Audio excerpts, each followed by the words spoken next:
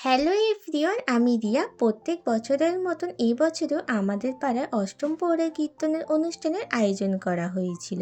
দিনটা ছিল শনিবার। এবার বুঝতেই পারছো, পাড়ায় কীর্তন আর বসেছিল মেলা। আর মেলা মানেই মনটা ওইদিকে যাওয়ার ইচ্ছা করবে, আর কানে তো আসছে মাইকের শব্দ, আরও মনটা যাওয়ার জন্য ইচ্ছা করছিল। তো চলে গিয়েছিলাম। তো ওই দিনকার হচ্ছিল সাংস্কৃতিক অনুষ্ঠান, আর ওই দিনকার কোনো ঠাকুর আনেনি। তারপরের দিন আবারও চলে গিয়েছিলাম। রবিবার মেলায় প্রচুর ভিড় হয়েছিল, পাড়ার সবাই প্রায় চলে এসেছিল। আর মেলায় বসেছিল এবছরে অনেক দোকান।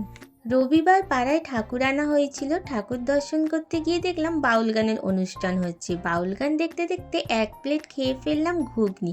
তারপরের দিন যখন গেলাম, সেদিনকার কীর্তনের অনুষ্ঠানের আয়োজন করা হয়েছিল। তো হঠাৎ বৃষ্টি আসায় বেশিক্ষণ আর থাকতে পারিনি, আর মেলাটাও ঘুরতে পারিনি। মঙ্গলবার ভাগ্যিস বৃষ্টি হয়নি। গিয়ে দেখলাম এই বছর যারা মঠ থেকে প্রভুরা এসেছে তাদের দানের ব্যবস্থা করা হয়েছে। আর এই দিনকার গিয়ে মেলাটা আমি কিন্তু খুব ভালো করে ঘুরে দেখেছিলাম। খুব সুন্দর সুন্দর দোকান বসেছিল, জুয়েলারি থেকে শুরু করে সব কিছু। এছাড়া বাচ্চাদের রাইডেরও নতুন নতুন দোকান বসেছিল। এরপর আমি এখান থেকে কিনে ফেললাম স্প্রিং পটাটো। খাওয়া দাওয়া হয়ে যাওয়ার পর এখান থেকে দেখলাম মহাপ্রভুর ভোগ পায়েসও দিচ্ছিল। তো খেয়ে দিয়ে বাড়ি চলে আসলাম। তারপরের দিন থেকে শুরু হলো অষ্টম প্রহরের অনুষ্ঠান। আজকের ব্লগটা এই পর্যন্ত। টাটা।